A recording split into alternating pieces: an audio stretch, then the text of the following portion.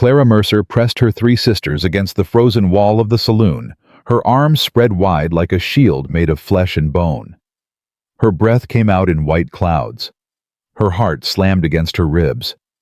Behind her, 13-year-old Molly was crying so hard she couldn't breathe. $500 for the lot, a man shouted from the crowd. Their own uncle had dragged them through a blizzard to sell them. Like horses, like cattle, like they were nothing. Then the saloon doors exploded open, and everything changed. If you want to see how four frozen sisters became a legend, subscribe to my channel, watch until the end, and comment which city you're watching from. Let me see how far this story travels. Time. The wind had been howling for 3 days straight when Vernon Mercer finally showed his true colors. Clara had known something was wrong the moment he walked into the cabin that morning. His hands were shaking worse than usual. His eyes kept darting to the door like he expected the devil himself to walk through. "Get dressed," he said. "All of you. We're going to town." Ruth looked up from the pot of thin soup she was stirring. "In this weather, Uncle Vernon, there's 2 feet of snow out there." "Did I ask for your opinion, girl?" Clara stepped between them. She always stepped between them. That was her job now ever since Mama died 6 months ago and Papa followed her into the ground 2 weeks later. "What's in town that can't wait?"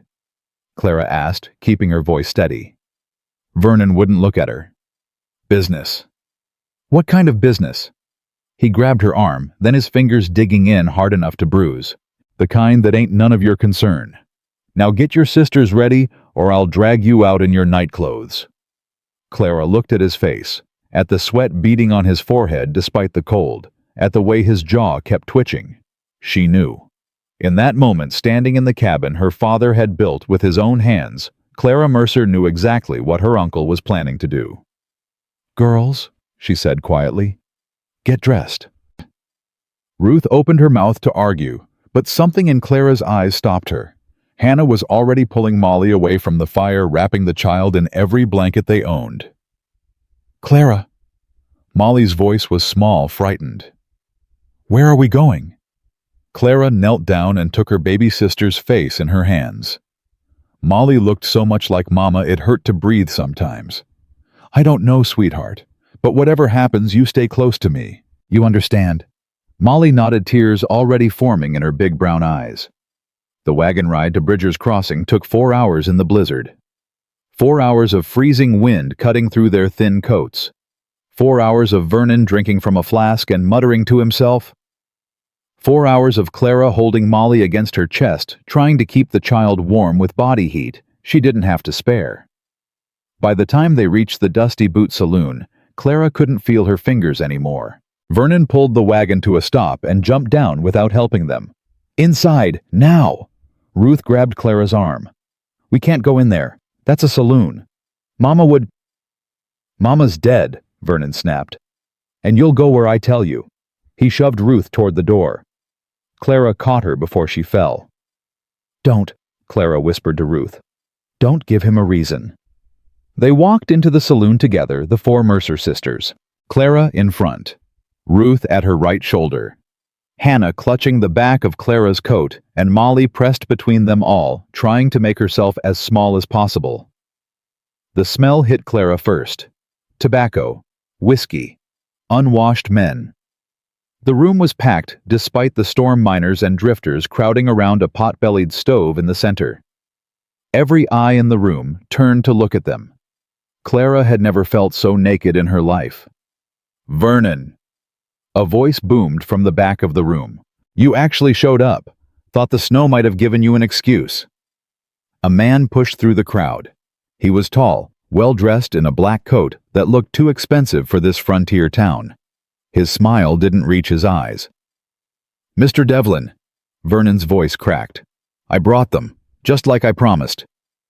"So I see." The man called Devlin walked a slow circle around the sisters.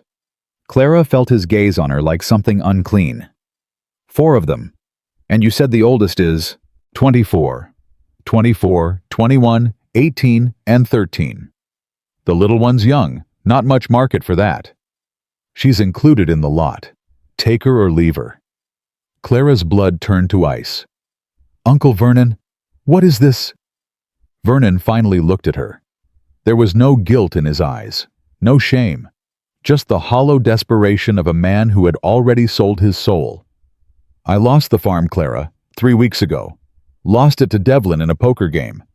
He laughed a broken sound. "Your daddy's farm. Gone. But Devlin here, he's a reasonable man. He says if I give him something of equal value, we can call it even." "Something of equal value." Ruth's voice was rising. "We're your family. You're 4 mouths I can't feed." Vernon's voice hardened. "You think I wanted this? You think I wanted to spend 6 months watching you eat my food and burn my wood? Your father was a fool, Clara. He left nothing but debt and daughters." Molly started crying. Hannah tried to muffle the sound against her shoulder, but it echoed through the suddenly quiet saloon. Devlin clapped his hands together. "Gentlemen, we have a rare opportunity today. 4 sisters sold as a lot. I'm starting the bidding at $200. "No."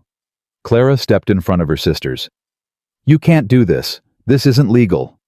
"Legal." Devlin laughed. "Miss Mercer, there's no law out here. No sheriff, no judge. There's just business." He raised his voice. 200 pull. Do I hear 200? 200. A miner shouted. 250. 300 for the redhead alone. Ruth flinched, like she'd been struck. Clara's mind was racing. There had to be a way out. There had to be something she could do. She had a small knife in her boot, the one Papa had given her for her 16th birthday. If she could get to it, $350 for all 4. 400. The bids kept climbing. Clara watched the men in the crowd, watched them lick their lips and elbow each other, and laugh like this was entertainment, like her sisters were entertainment. 500. Devlin called out. "Current bid is $500. Come now, gentlemen. These are quality goods. Young, healthy. The oldest one has a fire in her eyes that would warm any man's bed." Clara's hand moved toward her boot. 800. Someone shouted. 800. That's more like it. Do I hear? The saloon doors exploded inward. The sound was like a gunshot cutting through the noise of the auction. Snow and wind rushed into the room, and in the doorway stood a figure that made Clara's breath catch in her throat.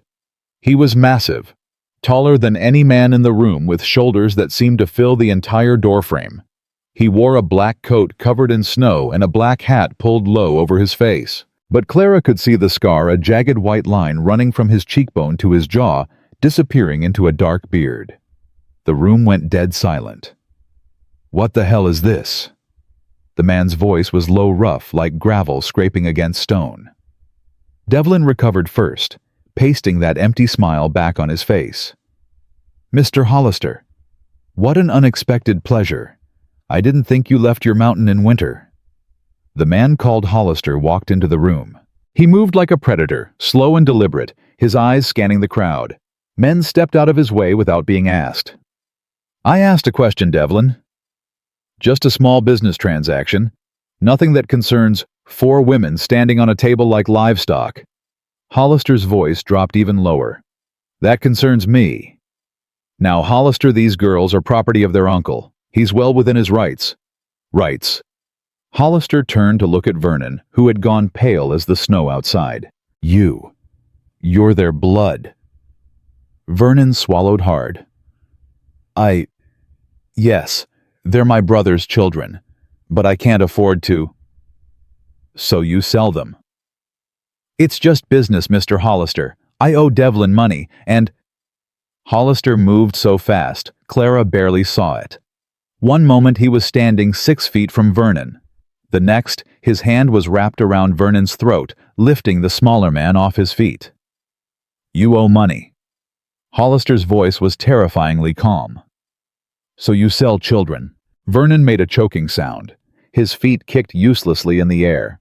"Mr. Hollister?" Devlin's voice had lost some of its smoothness. "Put him down. This is a legitimate transaction. You have no right." Hollister dropped Vernon like a sack of flour.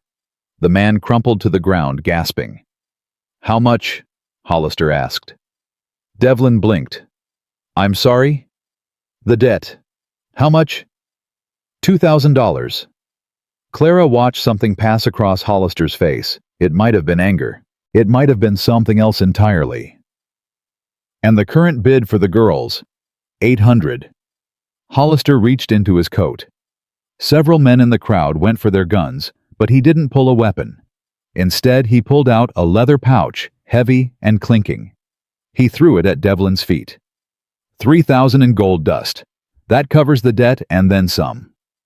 His eyes swept the room, landing on each man who had made a bid. The auction is over. Devlin picked up the pouch, weighing it in his hand. His smile had turned into something ugly. That's generous, Mr. Hollister. Very generous. But I'm afraid I can't accept. Can't. Won't. Devlin's voice hardened. These girls were promised to certain business associates of mine. Men who paid in advance for quality merchandise. You understand? Clara felt her stomach drop. She knew what that meant. She knew exactly what kind of business associates a man like Devlin would have. You're a trafficker. Hollister's voice was flat. I'm a businessman. You're a dead man walking. The tension in the room spiked. Clara saw hands moving toward holsters, saw the fear in men's eyes warring with greed and self-preservation. Devlin laughed, but it was forced. You're one man, Hollister. I have 20 men in this room who work for me. You really think you can? I think you should ask those 20 men how many of them are willing to die today. Hollister hadn't moved, hadn't raised his voice, but something in his stillness was more terrifying than any threat. I think you should ask them if they've heard the stories about what happened at Willow Creek, about what happened to the men who thought they could take what was mine. Silence. Clara watched the hired guns in the crowd exchange glances, watched them do the math in their heads, watched them one by one take their hands away from their weapons. Smart choice, Hollister said. He turned to Clara, and for the first time she saw his eyes clearly. They were gray. Gray like storm clouds. Gray like the ashes of something that had burned too hot and too long. You're the oldest. Clara lifted her chin. I am. Can you walk? I've been walking my whole life. Something flickered in those gray eyes. It might have been approval. It might have been recognition. Then get your sisters. We're leaving. Ruth stepped forward, her red hair wild from the wind, her eyes blazing with anger and fear. We're not going anywhere with you. We don't even know who you are. Ruth. Clara's voice was sharp. No, we just escaped one cage, Clara. I'm not walking into another. Hollister looked at Ruth for a long moment. You're right. You don't know me. You don't know if I'm any better than the men who wanted to buy you. He glanced at the door at the storm still raging outside. But I know what's waiting for you if you stay here. Devlin's associates will be here by morning, and I know what happens to women in their care. How do you know that? Clara asked. Hollister's jaw tightened. Because 12 years ago they took someone from me too. The words hung in the air, heavy with pain that Clara recognized. It was the same pain she saw in the mirror every morning. The pain of losing everything. She made her decision. Molly, Hannah, stay close to me. She looked at Ruth. We're going with him. Clara. We're going with him, Ruth, because right now he's the only chance we have. Ruth's jaw clenched, but she nodded. Clara turned to Hollister. Our things. They're still in the wagon. We'll get them. They walked toward the door, the four sisters and the scarred stranger. The crowd parted like water around a stone. At the threshold, Devlin called out, This isn't over, Hollister. Those girls were promised. My associates don't take kindly to broken promises. Hollister stopped. He didn't turn around. Tell your associates that the Mercer sisters are under my protection now. Tell them if they come anywhere near Stonewall Ranch, they won't be going home. Is that a threat? No. Hollister stepped out into the snow. It's a promise. The cold hit Clara like a wall.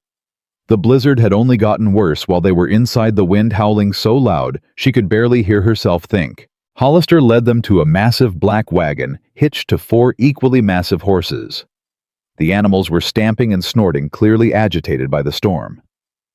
"Get in the back. There are blankets." Clara helped Molly climb in first, then Hannah. Ruth hung back, still watching Hollister with suspicious eyes. "Why?" Ruth demanded. "Why would you spend $3,000 on 4 women you've never met?" Hollister was checking the horses' harnesses, not looking at her. "Get in the wagon." That's not an answer. No. He finally turned to face her. "It's not. And you're not getting one. Not tonight. Maybe not ever." He gestured to the wagon. "Now get in before you freeze to death, and my $3,000 goes to waste." Ruth's eyes narrowed, but she climbed in. Clara was the last. She paused at the edge of the wagon, looking back at the saloon. Through the frost-covered windows, she could see Devlin watching them. "He's not going to let this go," she said quietly. Hollister climbed onto the driver's seat. "No, he's not." "Then why do it? Why make an enemy like that for women you don't know?" Hollister gathered the reins in his hands. For a moment, Clara thought he wouldn't answer. "Because 12 years ago, I walked past a saloon just like that one. Heard sounds from inside that no man should ignore. And I kept walking." His voice was raw, scraped clean of any emotion. "I told myself it wasn't my business. Told myself there was nothing I could do." He turned to look at Clara, and she saw the ghosts in his eyes. "I was wrong. I won't be wrong again." He snapped the reins, and the wagon lurched forward into the storm. Clara climbed into the back and pulled the canvas closed against the wind. Her sisters were huddled together under a pile of heavy blankets, their faces pale in the dim light. Molly reached for her immediately. "Clara, what's going to happen to us?" Clara pulled her baby sister close. "I don't know, sweetheart. Is that man going to hurt us?" "No." Clara said it with more certainty than she felt. "No, I don't think he is." "How do you know?" Clara thought about Hollister's eyes, about the pain she'd seen in them, about the way his voice had cracked when he talked about walking past that saloon 12 years ago. "Because hurt people recognize each other," she said softly. "And that man has been hurt worse than any of us." The wagon rocked and swayed through the darkness, carrying them toward a future Clara couldn't imagine. Behind them, Bridger's Crossing disappeared into the snow. But Clara knew Devlin was right about one thing. This wasn't over.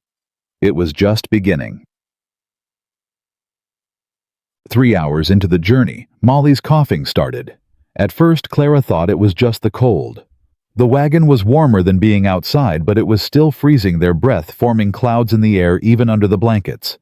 But the coughing got worse, deeper, wetter. "Clara!" Hannah's voice was tight with fear. "She's burning up!"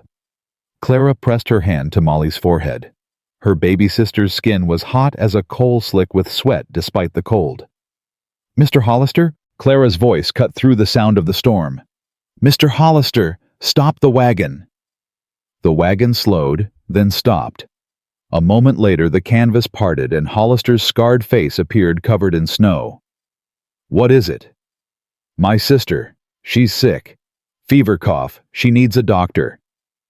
Hollister pulled himself into the wagon, ducking his massive frame under the canvas.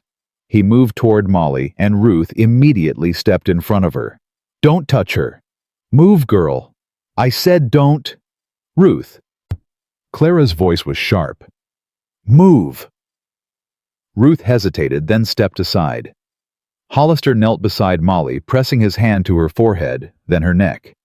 He put his ear close to her chest, listening to her breathing.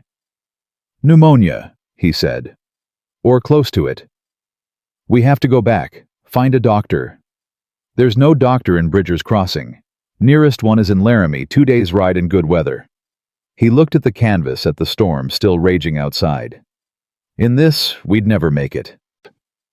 Clara felt panic rising in her chest. "Then what do we do?" Hollister was quiet for a moment. "The ranch is 3 more hours. I have medicine there, supplies." 3 hours? She might not last 3 hours. She'll last. Hollister's voice was hard, certain. I'll make sure she lasts. He moved back toward the front of the wagon, but Clara grabbed his arm. How? How can you possibly? Hollister looked at her hand on his arm, then at her face. Something in his expression shifted. Because I've buried one child already, he said quietly. I won't bury another. He pulled free and disappeared back into the storm. The wagon started moving again, faster now. Recklessly fast for the conditions, the wheels sliding on ice, the horses straining against the wind. Clara held Molly against her chest, counting her sister's labored breaths. Stay with me, she whispered. Please, Molly. Please stay with me.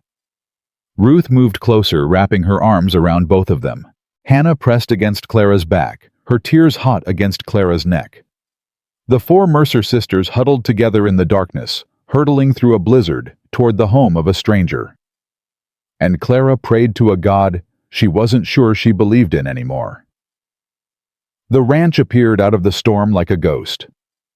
Clara saw it through a gap in the canvas, a massive structure of stone and timber rising from the white void. It was built against a cliff face, protected from the worst of the wind, with walls that looked thick enough to stop a cannonball. Hollister pulled the wagon into a covered stable and was out of his seat before the horses had fully stopped. Bring her inside, now! Clara lifted Molly in her arms. Her baby sister was so light, too light, her body burning against Clara's chest. Hollister led them through a heavy wooden door into the main house. The warmth hit Clara like a physical force, making her gasp. Fireplaces were burning at both ends of a massive great room, filling the space with heat and light. This way. He took them down a hallway to a bedroom. It was simple, sparse, with a heavy wooden bed and thick quilts. Hollister pulled back the covers. Put her here. Clara laid Molly down gently, pulling the quilts up to her chin. Her sister's eyes were closed, her breath coming in shallow, rattling gasps. Hollister moved to a cabinet and began pulling out bottles and cloths. I need hot water. Kitchen is down the hall to the left. Ruth didn't move. What are you going to do? Save her life if you let me. How do we know you're not going to? Ruth. Clara's voice cracked. Please. Just, please. Ruth looked at Molly, at her pale face and blue-tinged lips. Then she turned and ran toward the kitchen. Hannah had collapsed into a chair by the door, exhausted beyond words. Clara stood at the bedside watching Hollister prepare his medicines with hands that were surprisingly gentle. You've done this before, she said. Yes. Your child, the one you mentioned. Hollister's hands stilled for just a moment. Her name was Grace. She would have been about your youngest sister's age. What happened? Fire. The word was flat dead. Raiders burned our homestead 12 years ago. My wife and daughter were inside. Clara felt her heart clench. I'm sorry. Don't be. I didn't tell you so you'd pity me. He looked up at her, those gray eyes burning. I told you so you'd understand. I know what it's like to lose family. I won't let you feel that pain tonight. Ruth returned with hot water, and Hollister went to work. He mixed herbs into poultices, bathed Molly's face with cool cloths, spooned medicine between her cracked lips. Hours passed. The storm raged outside. The fire crackled and popped. Clara never left the bedside. She held Molly's hand and talked to her. Talked about their parents, about the farm, about the summer days when they used to pick wildflowers in the meadow. Remember the meadow, Molly? Remember how the flowers were so thick you couldn't see the ground? You used to make me crowns out of daisies. You said I was the queen of the meadow and you were my princess. Molly's breathing slowly steadied. Her fever slowly dropped. Near dawn, Hollister sat back in his chair. His face was gray with exhaustion, but something had changed in his expression. She'll live, he said. Clara let out a sound that was half sob, half laugh. You're sure? The fever's breaking. Her breathing's clearing. He stood, his joints cracking. She'll need rest. Weeks of it. but she'll live." Clara couldn't stop the tears. They ran down her face, hot and relentless. "Thank you," she whispered. "Thank you, Mr. Hollister." Hollister walked toward the door. He paused with his hand on the frame. "Ezra," he said without turning around. "What?" "My name. It's Ezra." He glanced back at her, and for just a moment the ice in his eyes seemed to crack. "You and your sisters are safe here, Miss Mercer. I give you my word." Then he was gone. Clara looked at Molly's sleeping face, peaceful now, the color slowly returning to her cheeks. She looked at Hannah asleep in the chair by the door. She listened to Ruth moving around in the next room, too stubborn to rest, but too tired to fight anymore. They were alive. They were safe. But as Clara stared into the fire, she couldn't shake the feeling that this was only the beginning. Devlin wouldn't give up. Their uncle had sold them, but they weren't truly bought. Not yet. And somewhere out there in the storm and the darkness, enemies were gathering. Clara tightened her grip on Molly's hand. "I'll protect you," she whispered to her sleeping sisters. "All of you. I don't know how yet, but I'll find a way." She stayed awake until the sun rose, watching over her family, planning for a war she knew was coming. The first week at Stonewall Ranch passed in a blur of exhaustion and uneasy silence. Clara barely left Molly's bedside. She slept in a chair, woke every few hours to check her sister's breathing, and spooned broth between Molly's lips whenever the child was conscious enough to swallow. Ezra Hollister was a ghost in his own house. Clara heard him leave before dawn each morning, the heavy thud of his boots on the wooden floor, the creak of the front door, then nothing. He returned after dark, ate his meals alone in the kitchen, and disappeared into the west wing of the house. He had given them 3 bedrooms on the east side. He had stocked the pantry with enough food to last months. He had saved Molly's life. And he had not spoken more than 10 words to any of them since that first night. "He's hiding something," Ruth said on the 7th morning, slamming a pot onto the stove hard enough to make Hannah flinch. "Nobody spends $3,000 on strangers and then avoids them like plague victims." Clara was standing at the window watching the snow that had finally stopped falling. The world outside was blindingly white, the drifts piled high against the stone walls of the ranch. Maybe he just wants to be left alone. Then why bring us here at all? Why not dump us in some boarding house in Laramie and wash his hands of us? Because he's not that kind of man. Ruth laughed bitterly. "And what kind of man is he, Clara? We've been here a week, and I couldn't tell you the first thing about him except that he's big, he's scarred, and he looks at us like we're ghosts." Hannah spoke up quietly from her corner, where she was sketching in a small notebook she'd found in one of the bedrooms. "Maybe we remind him of someone." Both sisters turned to look at her. "What do you mean?" Clara asked. "His daughter, Grace." Hannah didn't look up from her drawing. "He said she would have been Molly's age. Maybe that's why he can't look at us. Maybe we remind him of everything he lost." Ruth opened her mouth to argue, then closed it.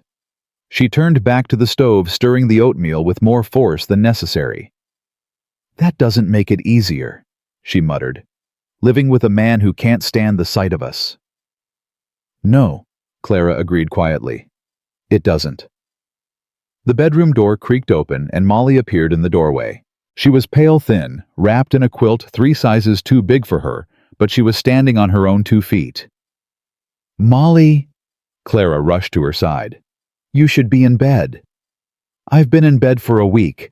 I'm tired of being in bed." Molly's voice was hoarse but determined. "I want to see the house. I want to see where we are."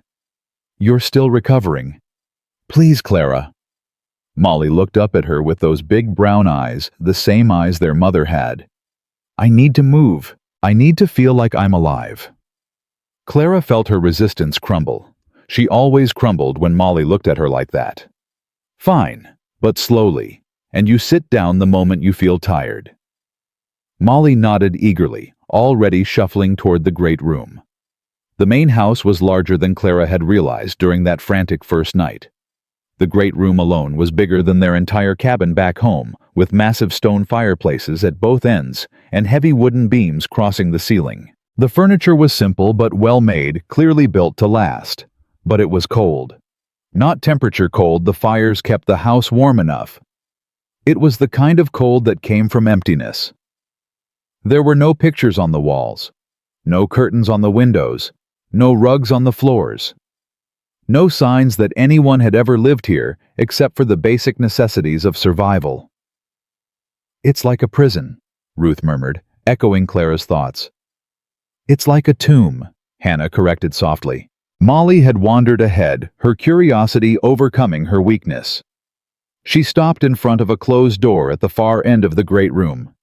"What's in here?" Clara caught up to her. "Molly, don't. Mr. Hollister said to stay out of the West Wing." "This isn't the West Wing. The West Wing is down that hallway," Molly pointed. "This is just a door." But Molly had already turned the handle. The door swung open to reveal a small room barely larger than a closet. But what was inside made Clara's breath catch in her throat. It was a shrine. A small table against the wall held two photographs in simple wooden frames. One showed a young woman with dark hair and kind eyes holding a baby wrapped in white cloth.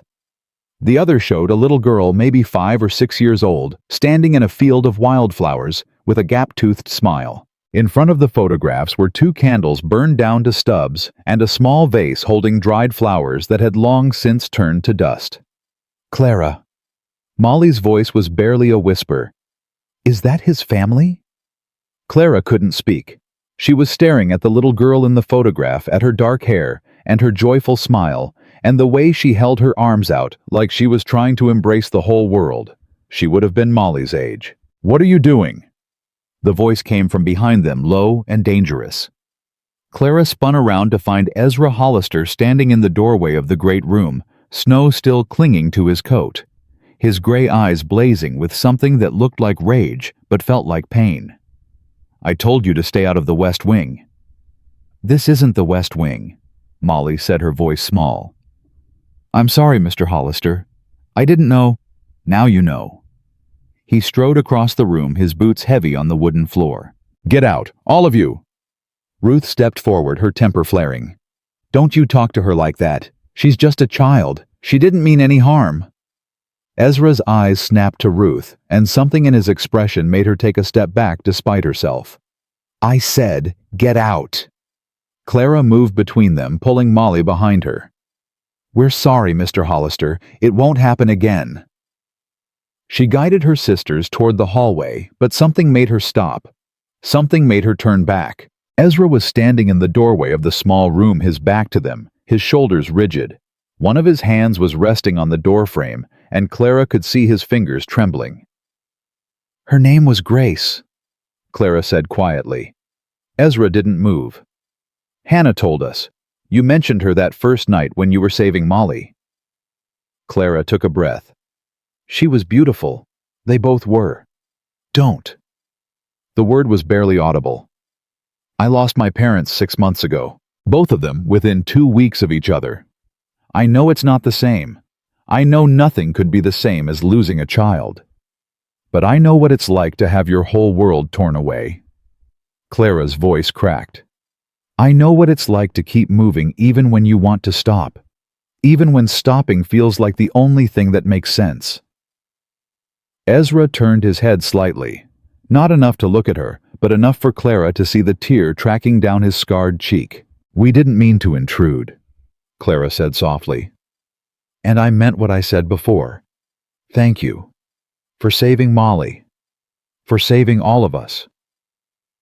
She turned and walked away, gathering her sisters and shepherding them down the hallway to their rooms. Behind her, she heard the soft click of the shrine door closing. That night, Clara couldn't sleep.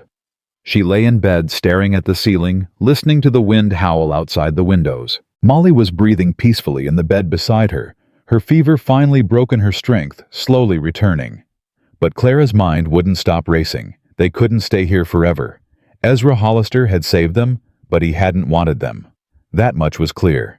He was a man drowning in his own grief, and 4 strange women in his house were just reminders of everything he had lost.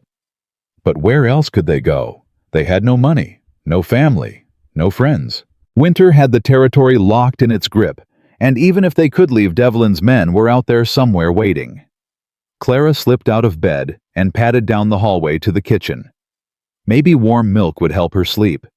It had worked when she was a child, when her mother would hold her and stroke her hair and tell her that everything would be all right. She stopped short when she reached the kitchen. Ezra was sitting at the table, a bottle of whiskey in front of him, a glass in his hand. He looked up when she entered, and for a moment, they just stared at each other. "Couldn't sleep," Clara said finally. "Me neither." She hesitated, then moved to the stove. "I was going to heat some milk. Would you like some?" Ezra looked at his whiskey glass, then he pushed it away. "Yeah, I would." Clara found a pot and poured milk into it, setting it over the still warm coals of the stove. The silence stretched between them, but it wasn't as uncomfortable as she expected. "I'm sorry about today," she said, keeping her eyes on the pot. "Molly didn't mean any harm. She's curious. She always has been. Our father used to say she was born asking questions." "She reminds me of Grace." Clara turned to look at him. Ezra was staring at the table, his jaw tight.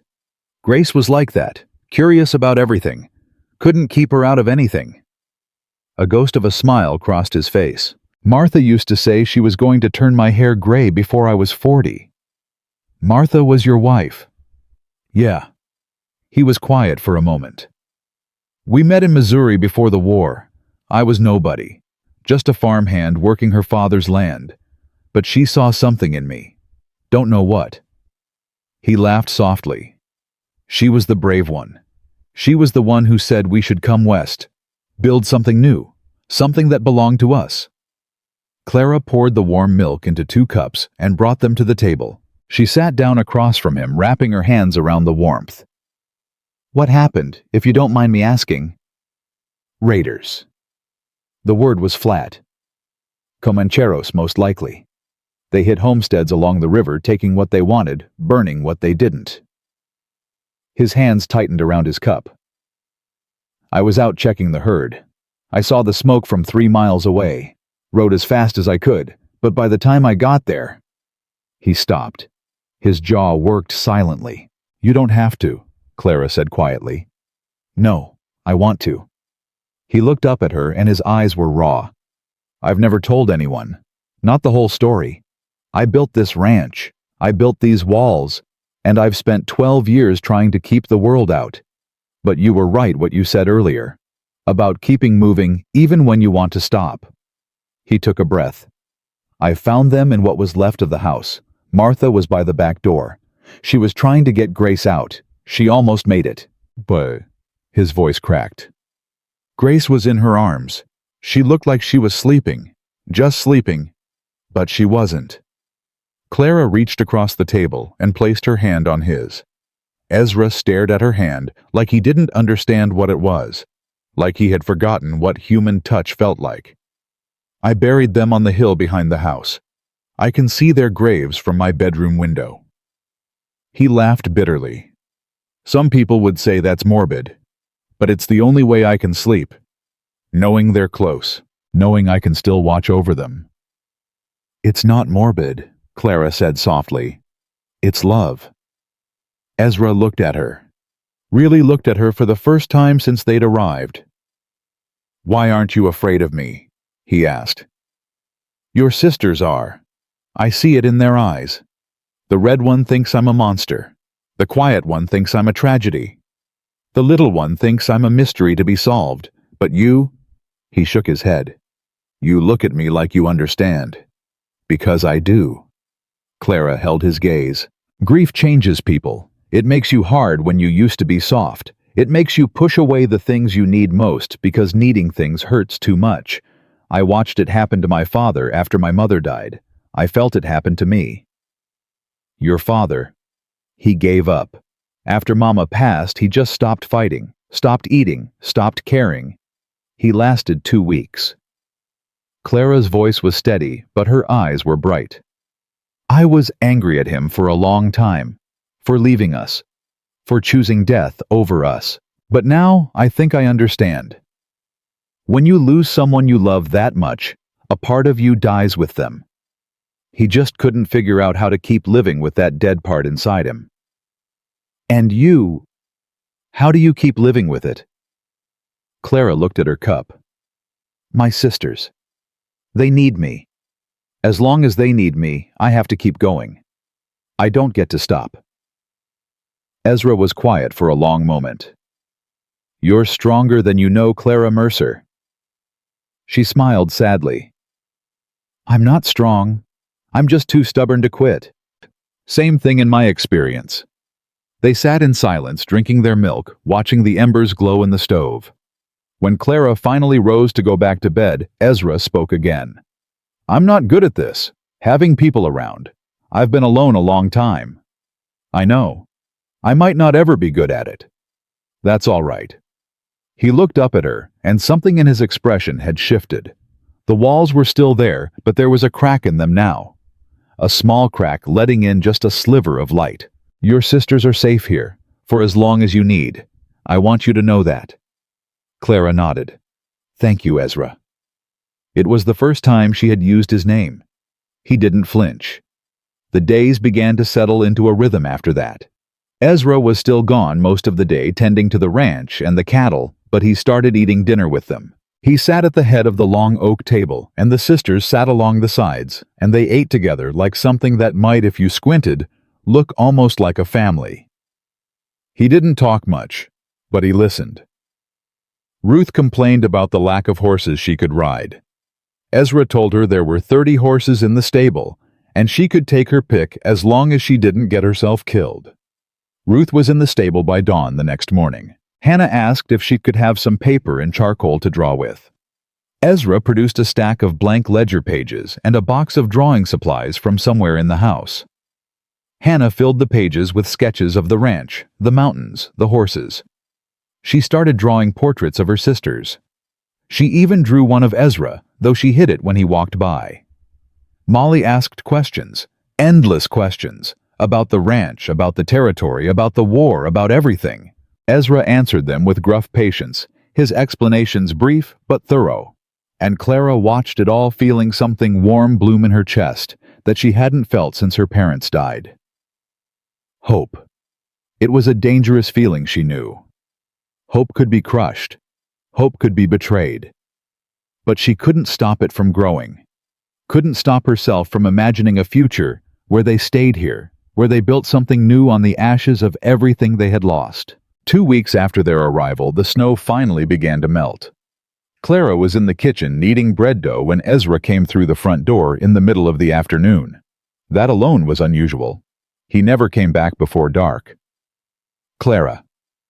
She looked up. His face was grim. What is it?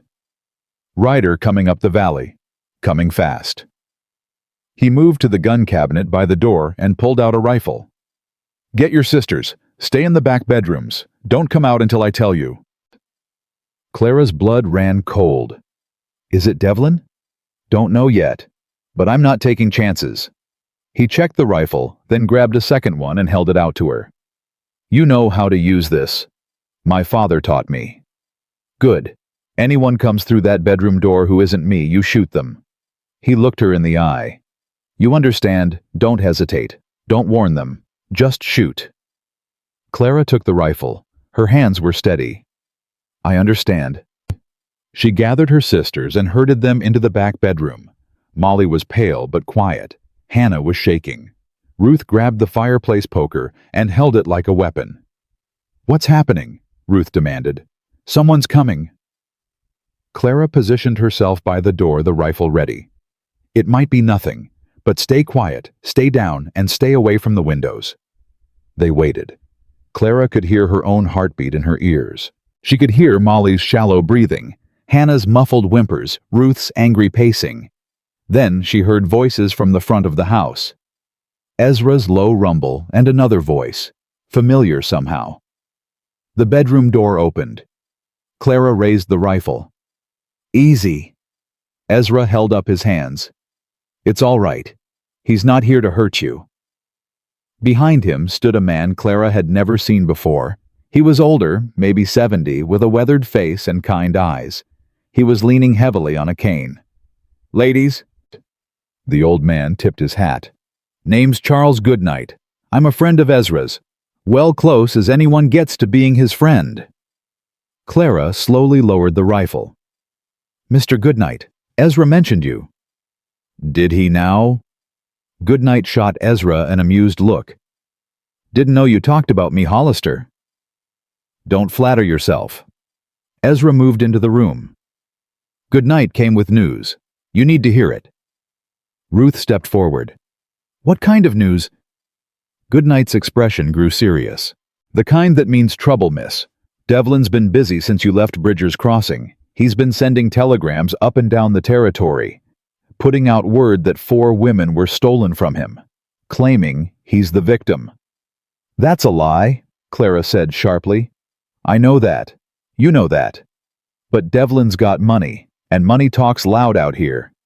Goodnight shook his head. "He's offering a reward. $500 for information on your whereabouts. 1,000 for anyone who brings you back to him." $1,000. Hannah's voice was faint.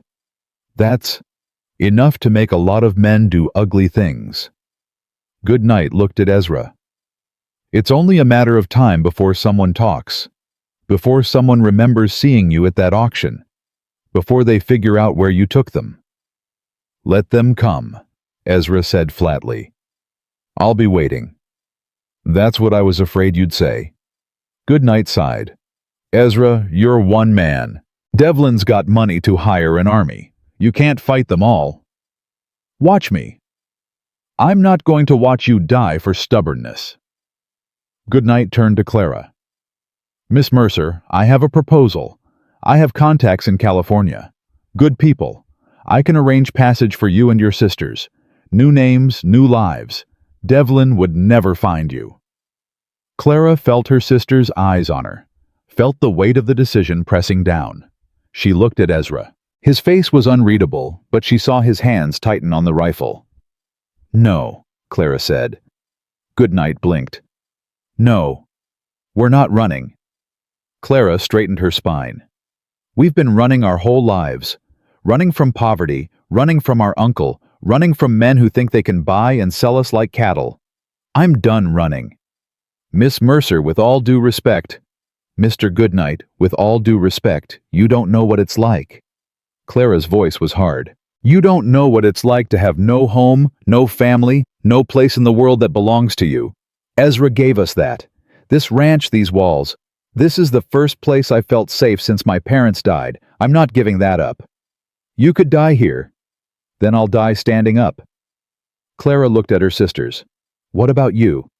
Do you want to run?" Ruth's jaw was set. "I'm not running from anyone." Hannah was pale, but she shook her head. "I'm tired of being afraid. I want to fight." Molly looked up at Clara with those big brown eyes. "You said we stay together, no matter what." Clara turned back to Goodnight. "There's your answer." Goodnight stared at her for a long moment.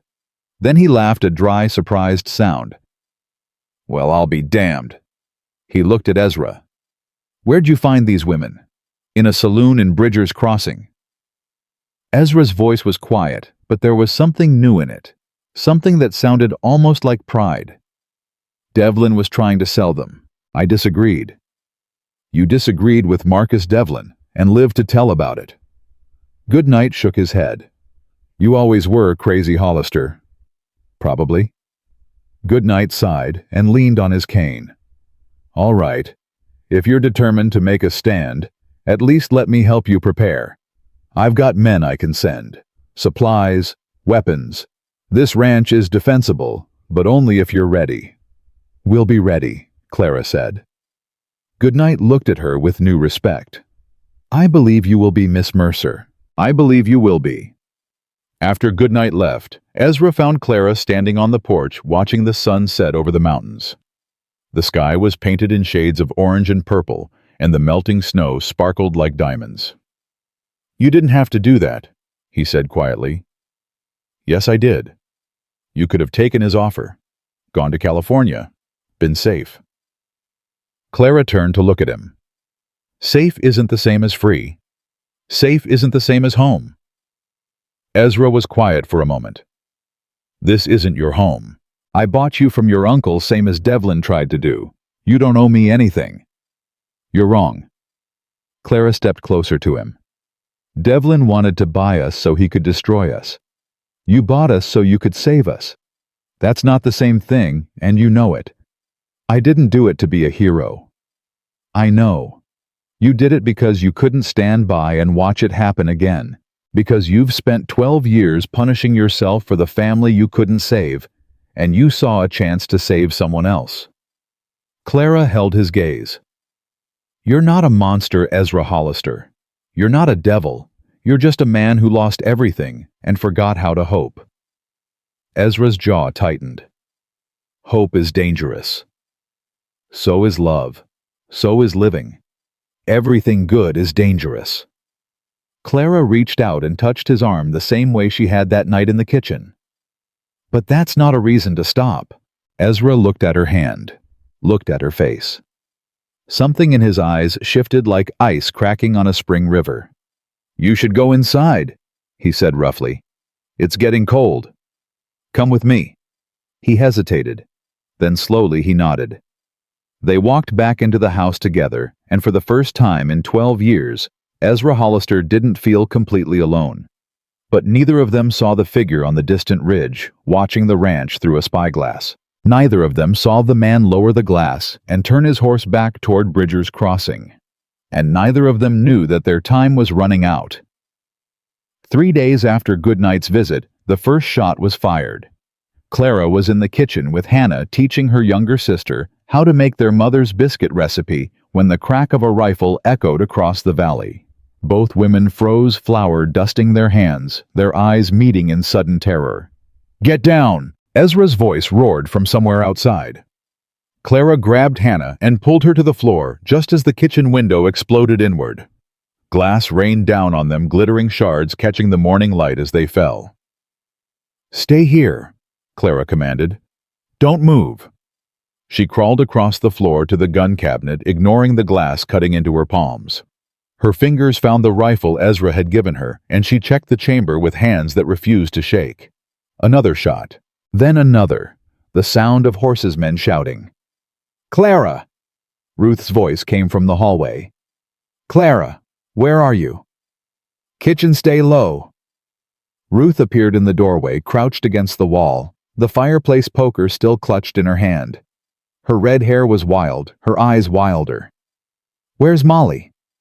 Back bedroom. I told her to hide under the bed and not come out no matter what. Good.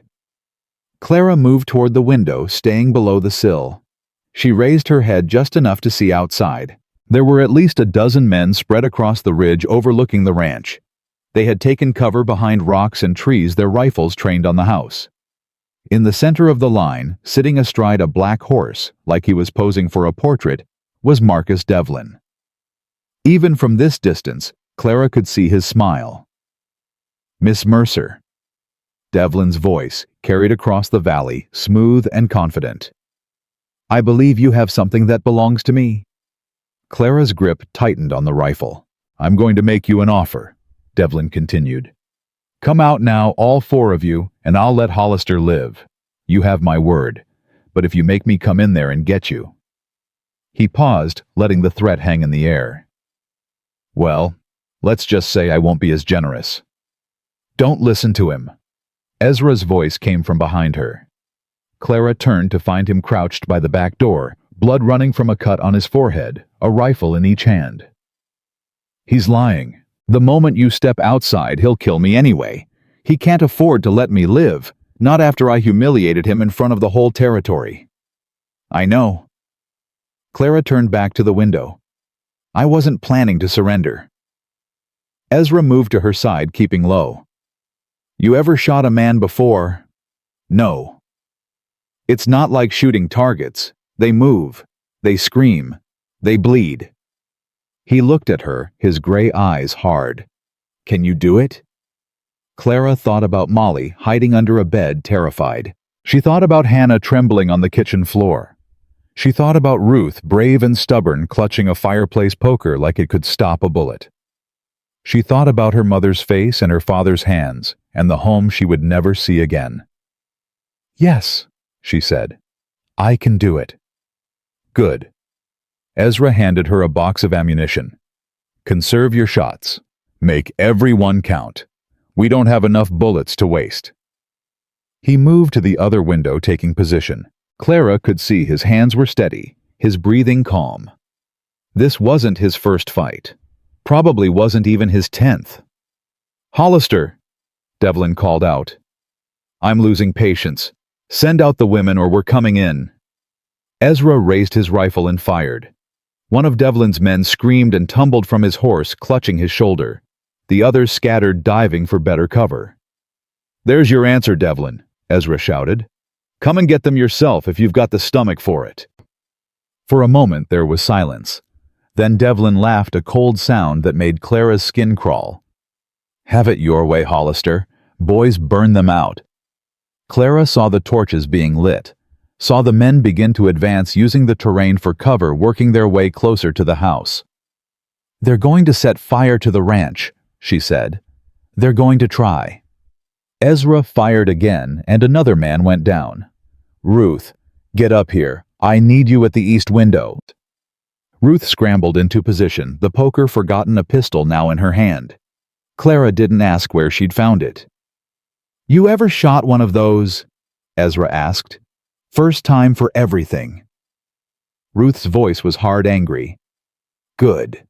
Anger was better than fear. Aim for the chest, biggest target. Don't try to be fancy. The next hour was chaos. Clara lost track of how many times she fired, how many times she ducked as bullets splintered the wood around her. Her ears were ringing, her shoulder aching from the rifle's kick, her throat raw from the smoke that was starting to fill the air. They had set fire to the stable. Clara could hear the horses screaming, could see the flames licking at the sky through the shattered windows. The heat was growing, the smoke thickening. We have to get out. Hannah was coughing, tears streaming down her face. We can't stay here. If we go outside, they'll pick us off. Ezra fired twice more. We hold position.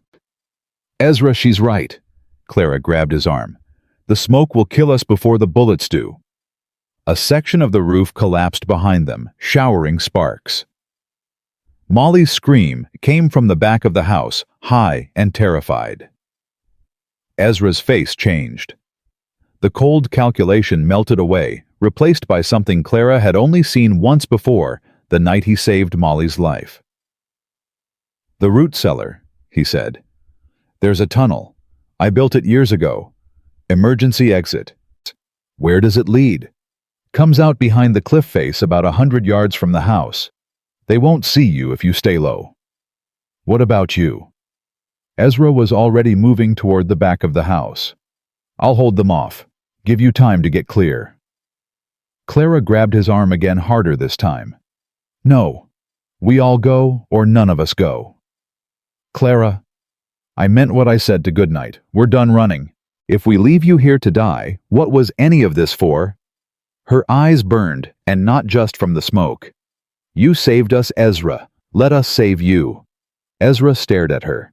The fire was spreading, the heat growing unbearable. They had seconds to decide. The tunnel's narrow, he said finally. I'll have to go last. Cover the retreat. Fine.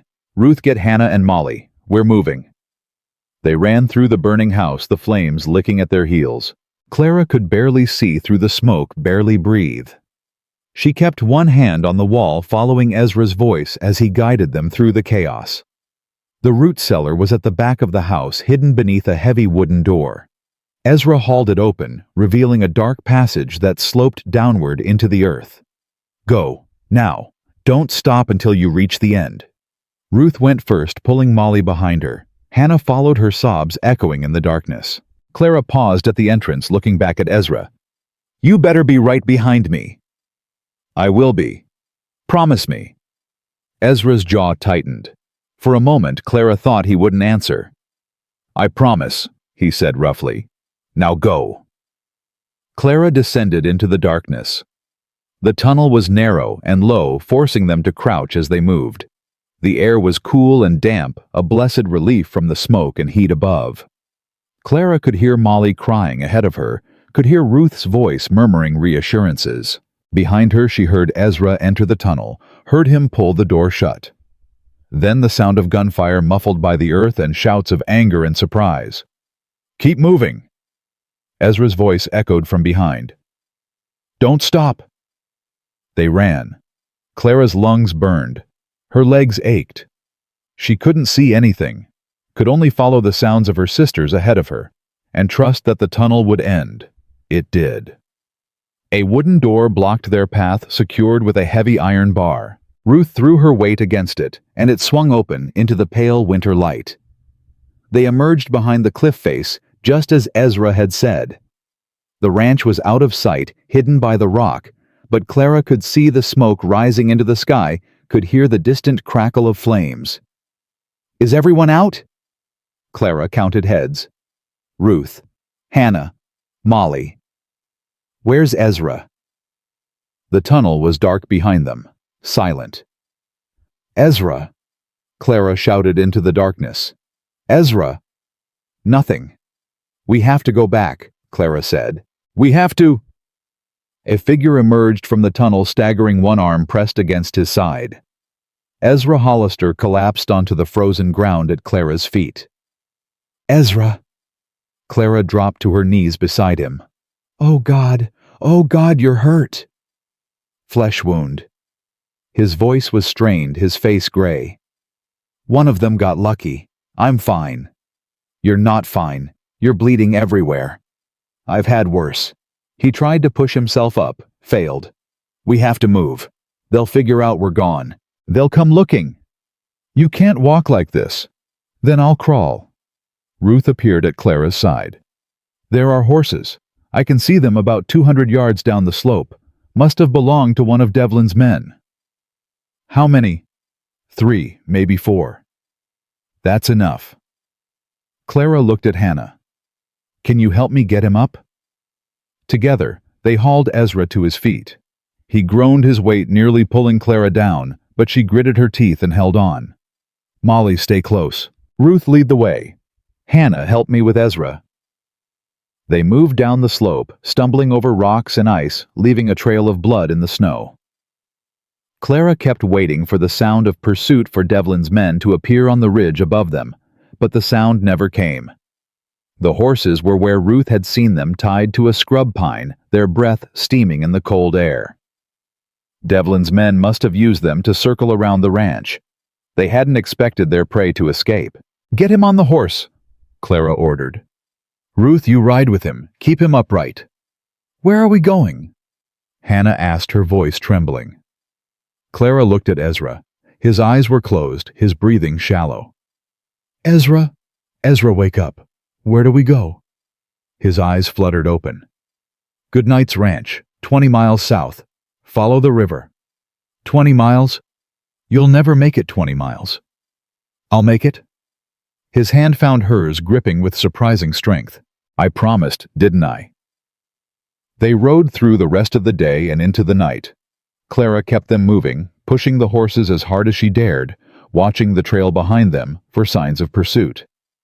Ruth held Ezra upright in the saddle, talking to him constantly, keeping him awake.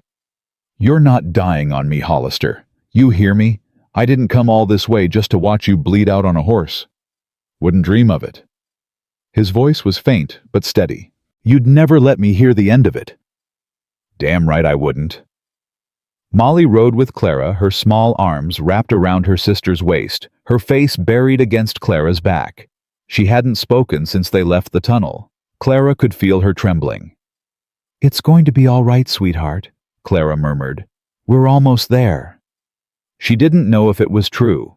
She didn't know anything anymore except that she had to keep moving, had to keep her family alive. The moon rose high and cold, casting silver light across the frozen landscape. Clara's hands were numb on the reins, her face raw from the wind. She couldn't feel her feet anymore, but she kept riding. Just before dawn, Ruth's voice cut through the darkness. "Lights. I see lights ahead." Clara raised her head. There, in the distance, flickering like fallen stars, were the windows of Charles Goodnight's ranch. "We made it," Clara breathed. "Hannah, do you see? We made it." Hannah was crying again, but this time they were tears of relief. They rode into Goodnight's yard just as the sun crested the mountains. Ranch hands came running, alerted by the barking dogs. Goodnight himself appeared on the porch, his face creased with sleep and concern. "What in God's name?" He stopped when he saw Ezra slumped in the saddle. "Get him inside. Now. Someone fetch the doctor." They carried Ezra into the house, laid him on a bed. Clara stayed by his side as the doctor worked cleaning the wound, stitching the torn flesh, bandaging the damage. "He's lucky," the doctor said when he was done. "Bullet went clean through. Missed anything vital. He'll need rest, but he'll live." Clara felt something break loose in her chest. She couldn't speak, could only nod. Goodnight appeared in the doorway. "Your sisters are in the guest rooms. They're safe, fed, warm." He looked at Ezra, then at Clara. "You want to tell me what happened?" "Devlin." Clara's voice was hoarse. "He came with 12 men. Maybe more. He burned the ranch." Goodnight's face hardened. "Stonewall. He burned Stonewall Ranch. To the ground." Goodnight was silent for a long moment.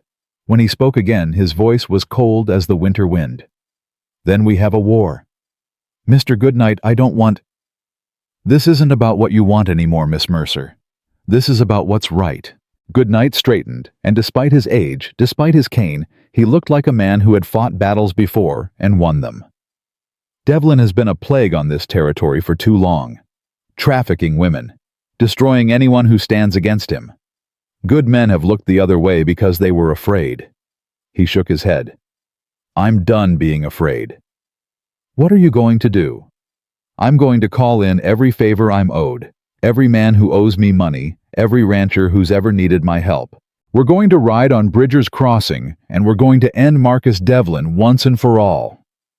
Clara looked at Ezra, unconscious on the bed, his face pale against the white pillows.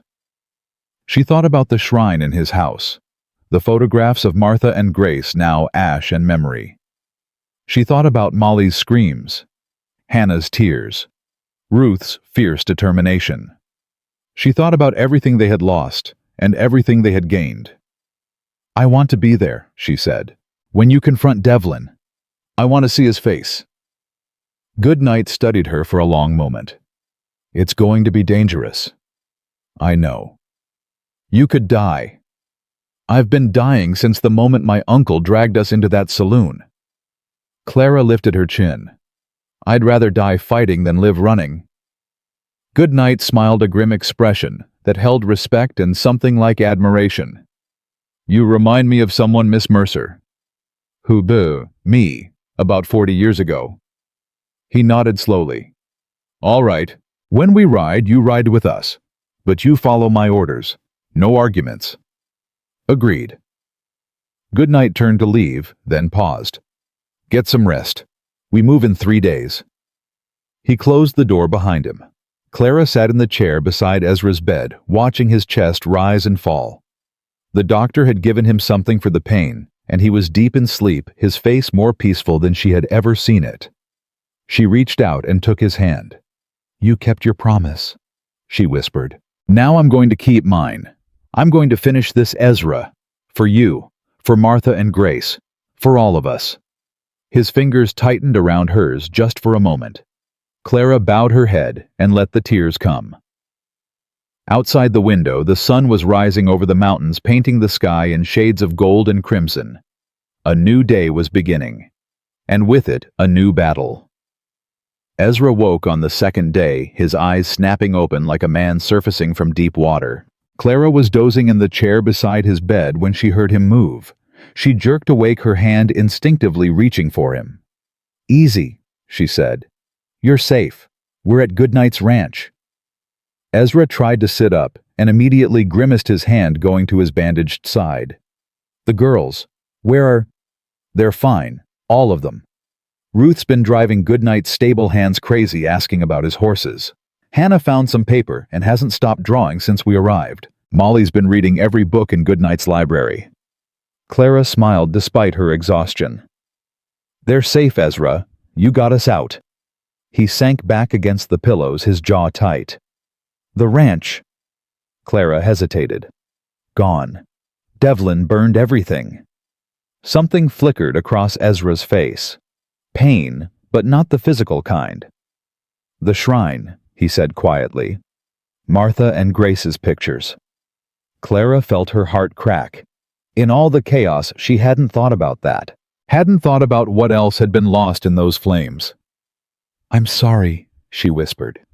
"I'm so sorry, Ezra." He was quiet for a long moment, staring at the ceiling. When he spoke again, his voice was rough. "I spent 12 years building that place. Every stone, every beam. I built it to keep the world out, to keep myself locked away with my grief." He closed his eyes. "Maybe it's fitting that it's gone. Maybe it's time to stop hiding. Ezra, Goodnight's planning something. I can tell." He opened his eyes, meeting hers. "What is it?" "He's gathering men. Ranchers, cattle drivers, anyone who's ever had trouble with Devlin. They're planning to ride on Bridger's Crossing in 3 days. "And you?" "I'm going with them." Ezra's expression hardened. "No. It's not your decision. Clara, these are dangerous men. Devlin won't go down without a fight.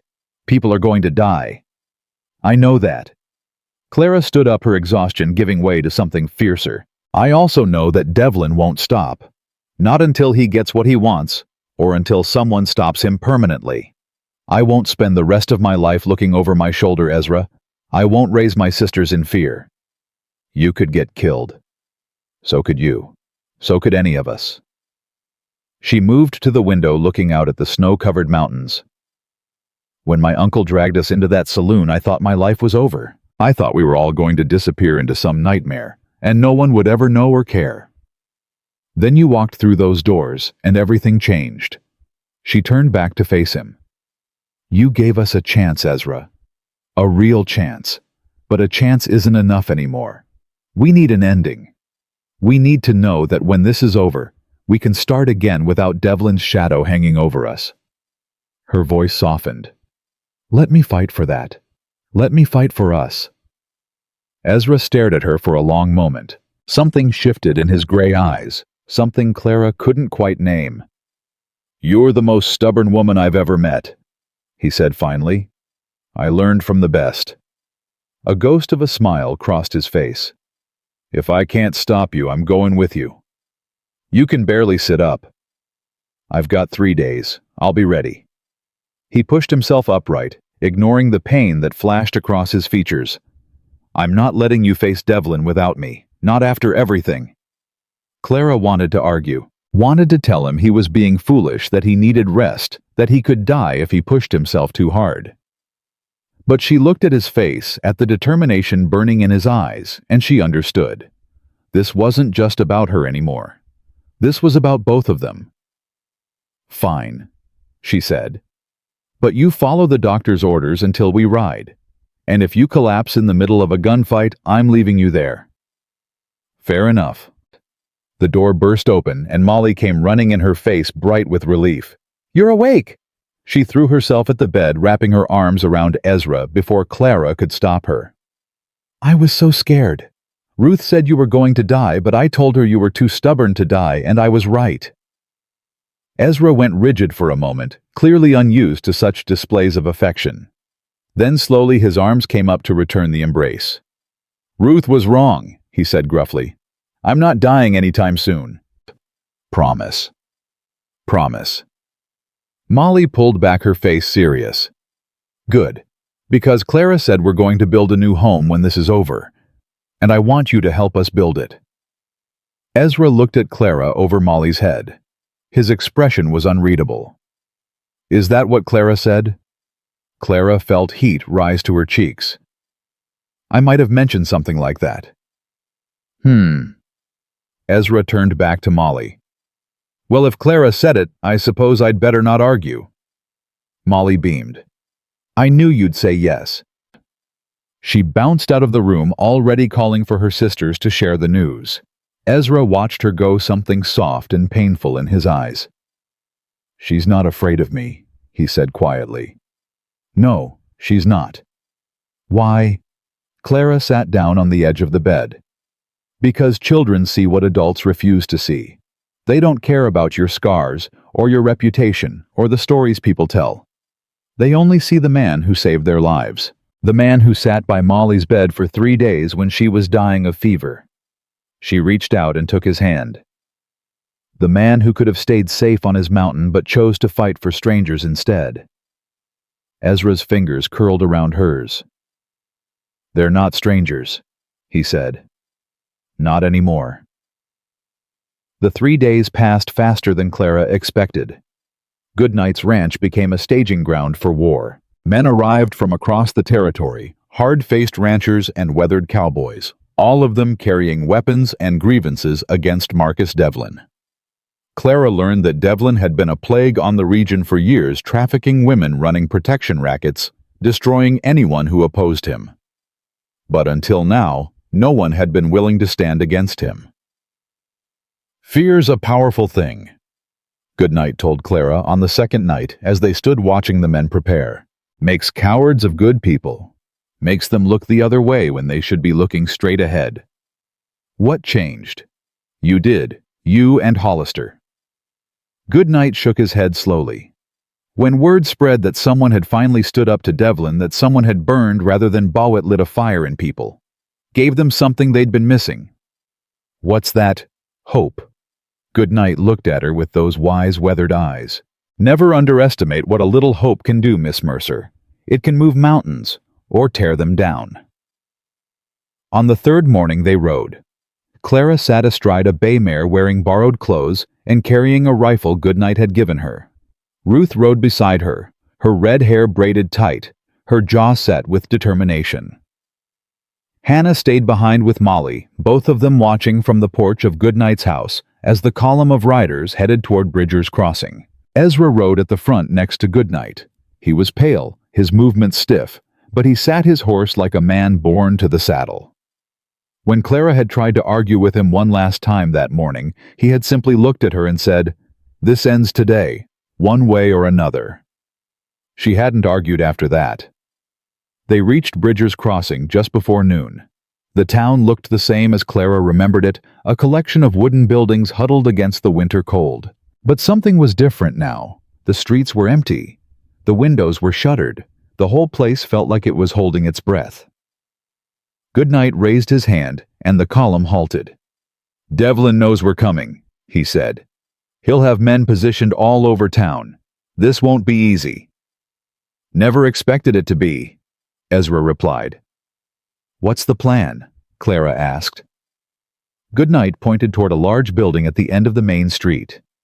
"The Red Lantern. That's Devlin's headquarters. If we take that, we take him. And if he doesn't want to be taken, then we make him." Goodnight's voice was cold.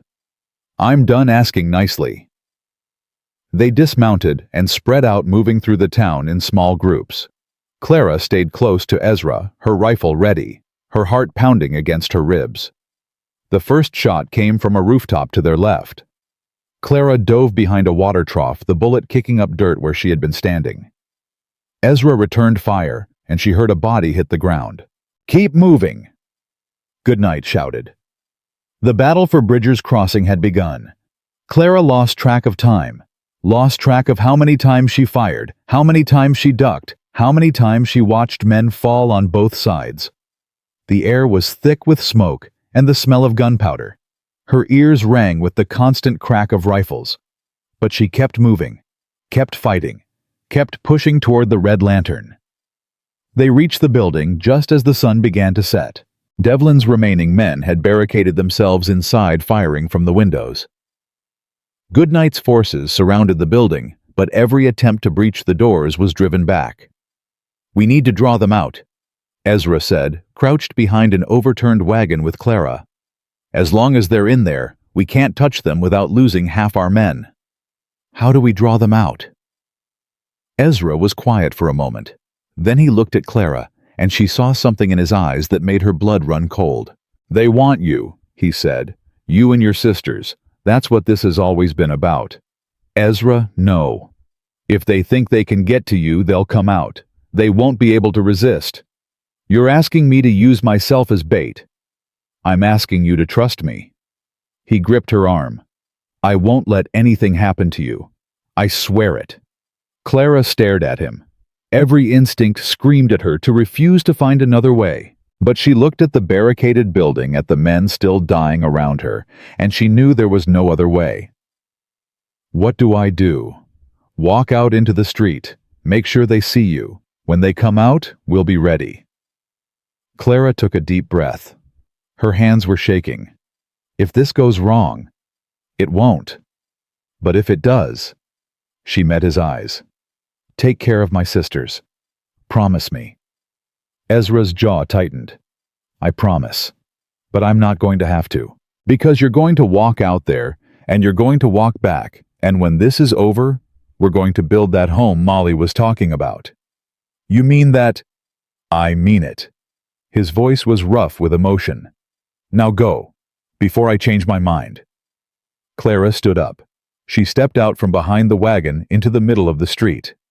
The gunfire faltered, then stopped. She could feel eyes on her from every direction. Devlin. Her voice carried across the silence. Marcus Devlin, I'm the one you want. Come out and face me. For a long moment, nothing happened. Then the doors of the Red Lantern swung open. Devlin walked out flanked by 4 men with guns drawn. His black coat was dusty, his face streaked with soot, but that cold smile was still in place. Miss Mercer. He spread his arms wide. How brave of you. How incredibly stupid. Let it end here, Devlin. Just you and me. No more killing. Devlin laughed. You think you can bargain with me? You think your life is worth anything? He stepped closer, his men fanning out behind him. You're merchandise, Miss Mercer. Property. And property doesn't make demands. I'm not property. Clara's voice didn't waver. I never was. Big words from a woman standing alone in the street. She's not alone. Ezra stepped out from behind the wagon, his rifle trained on Devlin's chest. Around the street, Goodnight's men emerged from cover surrounding Devlin and his guards. Devlin's smile flickered. Hollister, I should have known. It's over, Devlin. Your men are dead or scattered. Your building is surrounded. You've got nowhere to go. Then I suppose I have nothing to lose. It happened so fast, Clara barely saw it. Devlin's hand moved, pulling a pistol from beneath his coat. He didn't aim at Ezra. He aimed at Clara. The shot rang out. Clara flinched, waiting for the impact. It never came. She opened her eyes to see Ruth standing 10 feet away, a smoking pistol in her hand. Devlin was on his knees, clutching his arm where Ruth's bullet had struck. That's for trying to buy us like cattle, Ruth said, her voice shaking with rage. And this is for burning our home. She pulled the trigger again. Devlin fell backward, his eyes wide with shock. He didn't get up. The street went silent. Ruth lowered the pistol, her whole body trembling. Clara ran to her, pulling her sister into a fierce embrace. Ruth, my God, Ruth! He was going to kill you. Ruth's voice was muffled against Clara's shoulder. I couldn't let him kill you. You saved my life. You saved mine first. Ruth pulled back, tears streaming down her face. In that saloon, you stood in front of us. You protected us. I'm just returning the favor. Ezra appeared at Clara's side. He looked at Ruth with something like wonder in his eyes. That was one hell of a shot. Ruth laughed a broken sound. I've been practicing. Around them, Devlin's remaining men were surrendering, dropping their weapons and raising their hands. Goodnight was already organizing the roundup, his voice calm and commanding. It was over. Clara looked at Devlin's body, at the man who had tried to destroy them. She felt no triumph, no joy, just a bone-deep exhaustion and a hollow sense of relief. Is it done? She asked quietly. Ezra put his arm around her shoulders. It's done. They stood together in the fading light, surrounded by the wreckage of battle and the promise of something new. Goodnight found them later as the last of the prisoners were being led away. Miss Mercer, Miss Ruth. He tipped his hat to both of them. I believe this territory owes you a debt of gratitude. We didn't do it for gratitude, Clara said. I know. That's what makes it worth giving. He turned to Ezra. What are you planning to do now, Hollister? Your ranch is gone. You've got nothing left to go back to. Ezra looked at Clara, at Ruth, at the place where Hannah and Molly waited for them at Goodnight's ranch. I've got more than I've had in 12 years, he said quietly. I've got a family. Clara felt tears sting her eyes. Then I suggest you start building, Goodnight said with a smile. Winter's not over yet, but spring will come. It always does. They rode back to Goodnight's ranch in the darkness, the stars cold and bright above them. Clara was exhausted beyond words, but something warm was glowing in her chest. Hope, real hope, for the first time in as long as she could remember. When they arrived, Hannah and Molly came running out to meet them. Molly threw herself at Clara, then at Ruth, then at Ezra, laughing and crying at the same time. You came back, she kept saying. You came back. We promised, Clara said, holding her baby sister tight. We always keep our promises. Later, after the others had gone to bed, Clara found Ezra standing on the porch of Goodnight's house, looking up at the stars. She moved to stand beside him close enough that their shoulders touched. What are you thinking about? She asked. Martha and Grace. His voice was quiet. I spent 12 years trying to forget them, trying to bury them so deep that they couldn't hurt me anymore. But they were never really gone. They were just waiting. Waiting for what? For me to let them go. He turned to look at her, and his eyes were wet. You helped me do that, Clara. You and your sisters. You reminded me what it felt like to have something worth fighting for. Clara reached up and touched his face, tracing the line of his scar with her fingertips. You're not alone anymore, Ezra. You don't have to be. He covered her hand with his own, holding it against his cheek. Neither are you. They stood there together, two broken people made whole by each other, watching the stars wheel overhead. The war was over, but their story was just beginning. Spring came slowly to the Wind River Valley, melting the snow inch by inch, revealing the scarred earth beneath. Clara stood on the ridge where Stonewall Ranch had once stood, looking at the blackened ruins. The stone walls were still standing in places dark and wounded, but the rest was gone. The stable, the kitchen, the shrine where Martha and Grace's photographs had watched over Ezra for 12 years, all of it ash and memory. We could rebuild here, Ezra said, coming to stand beside her. His wound had healed, leaving another scar to add to his collection. The foundation is solid. The well still works. Clara shook her head. No. This place belongs to your past. We need somewhere that belongs to our future. Where? She pointed down into the valley toward a bend in the river where the land was flat and green and full of possibility. There. We build there. Ezra studied the spot for a long moment. That's good land, fertile, protected from the worst of the weather. It's perfect. He turned to look at her, something soft in those gray eyes that had once been so cold. You've been planning this. I've been dreaming it, Clara smiled. Ever since that night in Goodnight's kitchen when you told me about Martha and Grace. I've been dreaming of a place where we could start over. All of us. All of us. You, me, Ruth, Hannah, Molly. She took his hand. A family, Ezra. A real family. Not built on blood or obligation, but on choice, on love. Ezra's fingers tightened around hers. I'm not good at this, Clara. Being part of something. Letting people in. I know. I might fail. I might pull away when things get hard. I might... Ezra. Clara stepped closer to him, placing her free hand on his chest over his heart. I'm not asking you to be perfect. I'm asking you to try. That's all any of us can do. He was quiet for a long moment, staring down at her hand on his chest. When he looked up, his eyes were bright. I'll try, he said roughly. For you. For them. I'll try. They built through the spring and into the summer.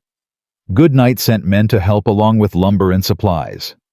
The ranchers who had ridden against Devlin came too, repaying the debt they felt they owed. Even strangers showed up, drawn by stories of the four sisters and the scarred rancher who had defied a monster. Clara worked alongside the men, hauling boards and hammering nails until her hands blistered and bled.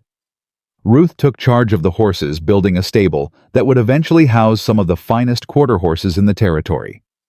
Hannah designed the house itself, sketching plans on paper until she had something that was both beautiful and practical. And Molly supervised everyone, giving orders with the confidence of a general and the charm of a child who knew exactly how to get what she wanted. Ezra watched it all with wonder in his eyes. "I don't understand," he said to Clara one evening as they sat on the half-finished porch watching the sunset. "These people don't know us. They don't owe us anything. Why are they helping?" "Because that's what community is," Clara replied. "People taking care of each other, lifting each other up when they fall." She leaned against his shoulder. "You spent 12 years alone, Ezra. You forgot what it felt like to be part of something bigger than yourself." "I didn't forget. I chose to leave it behind." "Why?" He was quiet for a long moment. "Because I thought if I didn't need anyone, I couldn't lose anyone. If I stayed alone, I'd be safe from that kind of pain. And now I know I was wrong." He put his arm around her, pulling her close. "The pain doesn't go away just because you're alone. It just festers, grows, consumes you from the inside." He pressed a kiss to the top of her head. "You saved me from that, Clara. You and your sisters. You reminded me that the only way to survive grief is to keep loving, keep living, keep building. Mama used to say something like that." Clara smiled at the memory. "She used to say that love is like a river. If you try to dam it up, it turns stagnant and poisonous. But if you let it flow, it nourishes everything it touches. Your mother was a wise woman." "She was." Clara's voice caught. "I wish she could have met you. I think she would have liked you. Even with the scars. Especially with the scars. She always said that smooth-faced men couldn't be trusted. Too pretty. Not enough character." Ezra laughed, a real laugh, warm and surprised. It was a sound Clara had rarely heard from him, and she treasured it like gold. The house was finished in August. It wasn't as large as the original Stonewall Ranch, but it was solid and warm and full of light. Hannah had designed windows that faced east, catching the morning sun, and a wraparound porch that looked out over the river. Ruth's stable stood nearby, already home to half a dozen horses. And behind the house, on a small rise overlooking the valley, Ezra had built something else. 2 graves side by side. Empty but marked with simple wooden crosses. "For Martha and Grace," he explained when Clara found him there one morning. "Their bodies are buried behind the old ranch, but I wanted them here too. Close to us.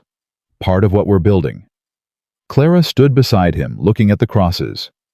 "Do you think they would approve of all this?" "I think Martha would have loved you," Ezra said quietly. "I think she would have seen herself in you. That same strength, that same stubbornness." He smiled sadly.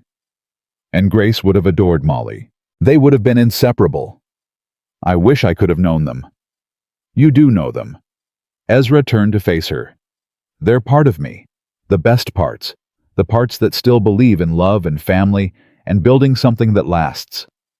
He took her hands in his. "When I look at you, Clara, I see everything I thought I'd lost.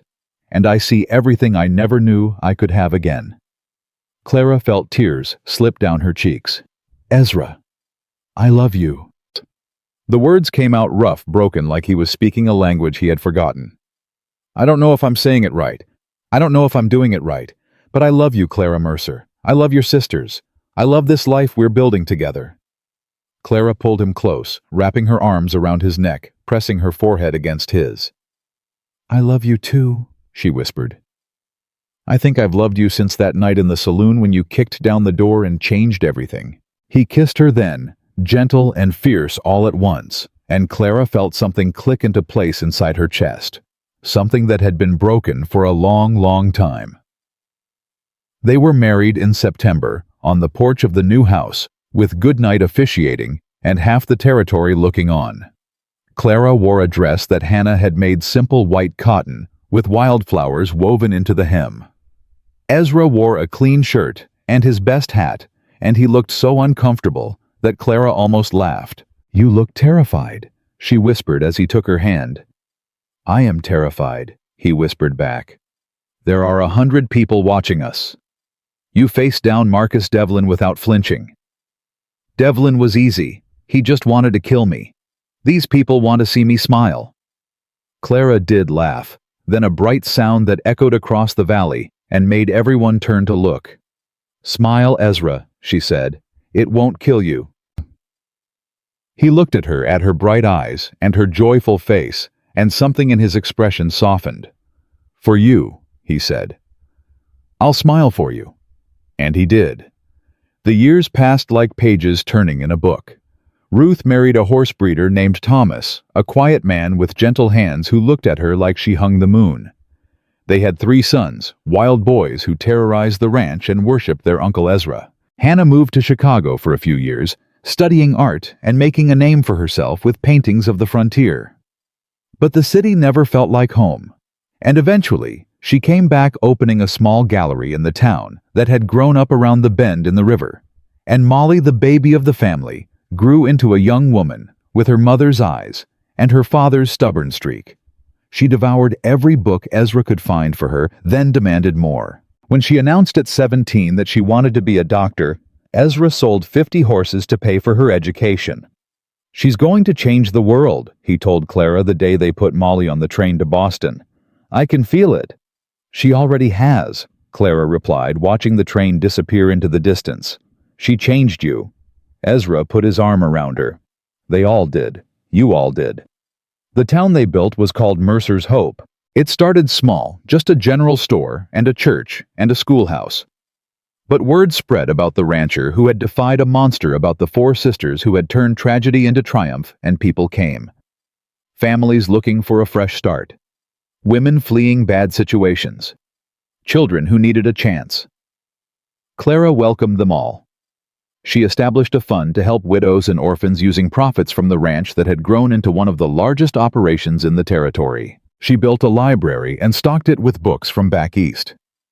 She hired teachers and paid them twice what they could make anywhere else. And every year on the anniversary of the day, Ezra had bought them from that saloon. She hosted a celebration, a reminder of where they had come from and how far they had traveled. "You're building an empire," Goodnight told her during one of his visits years after the battle for Bridger's Crossing. "I didn't think it was possible, a woman running an operation this size." "Why not?" Clara asked. "Because I'm a woman."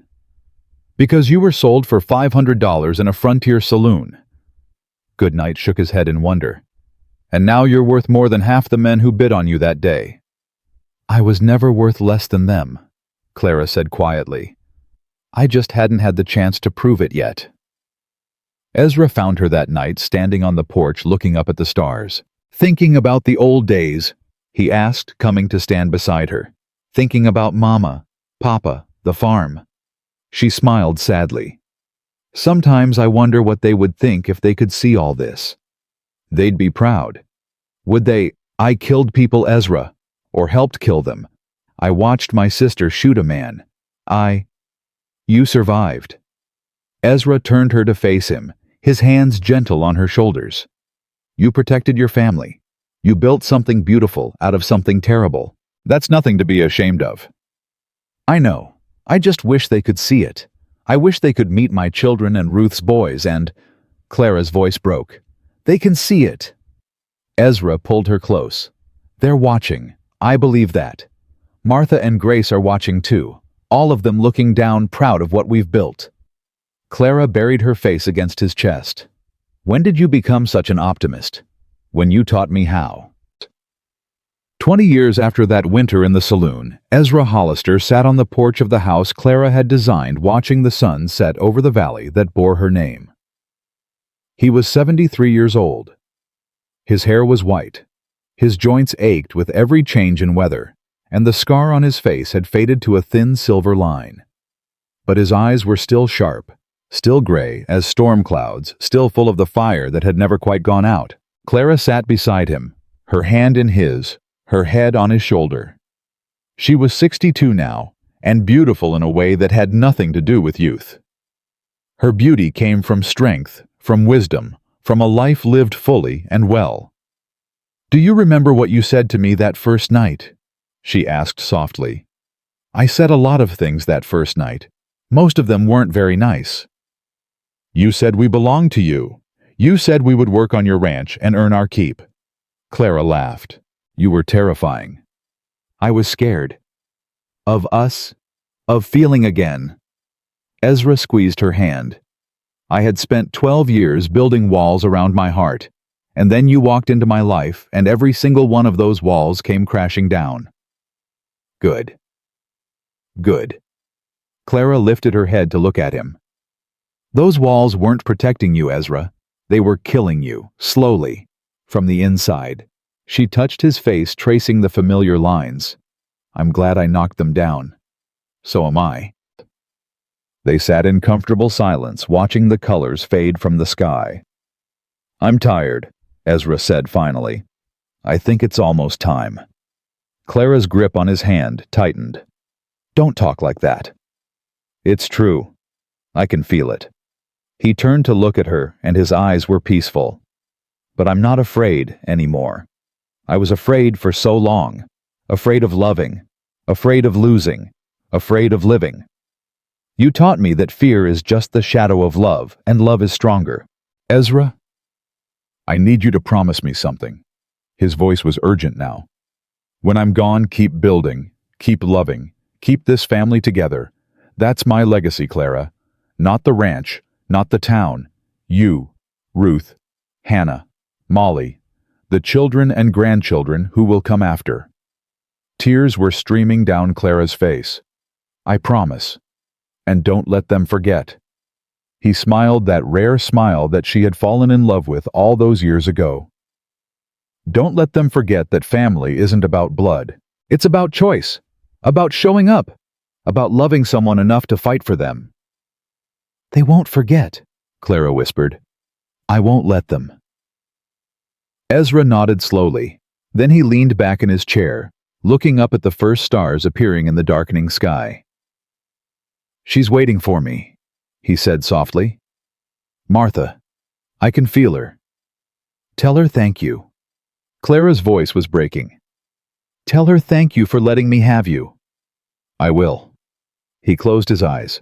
Clara held his hand until the end came quiet and peaceful, like a candle flame going out.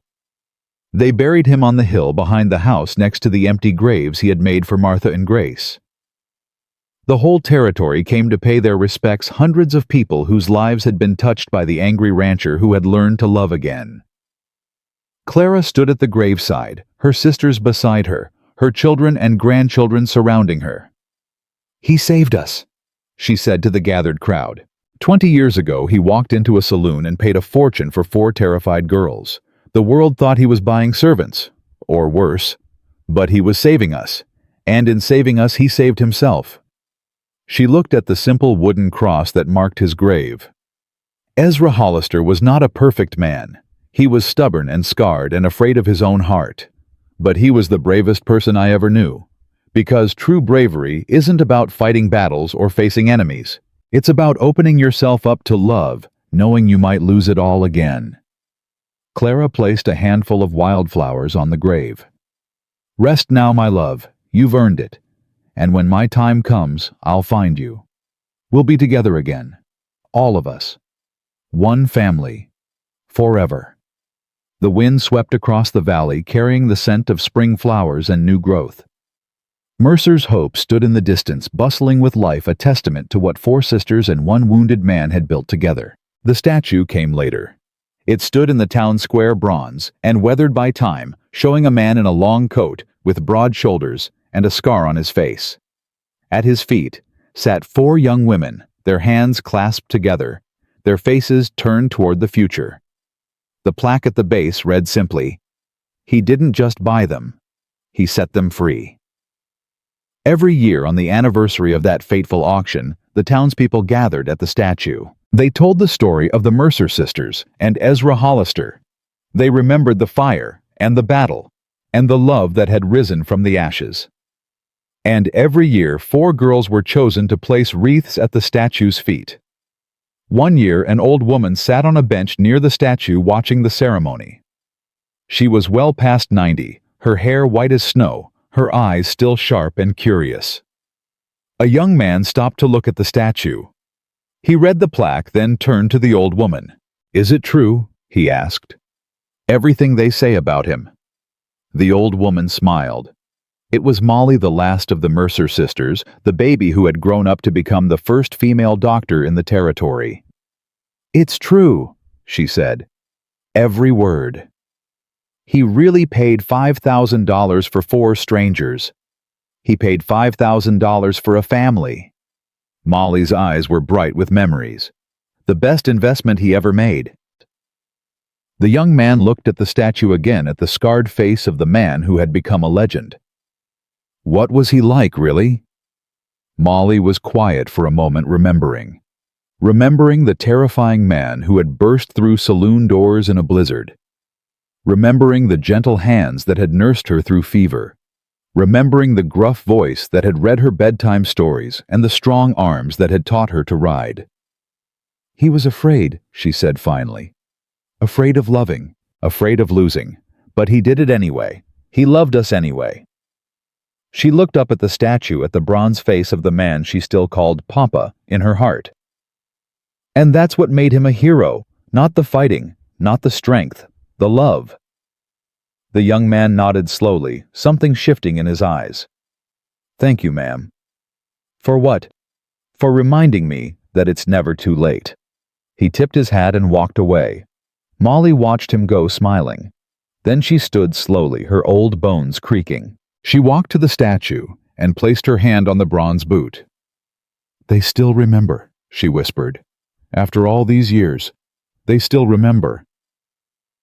The wind blew through the square, rustling the leaves of the cottonwood trees, carrying the sound of children laughing and horses neighing, and life continuing, as it always had, as it always would. Because Ezra Hollister had not just saved 4 sisters on that frozen winter night. He had planted a seed, and that seed had grown into a forest. Blood doesn't make a family. Love does, and love once planted never dies.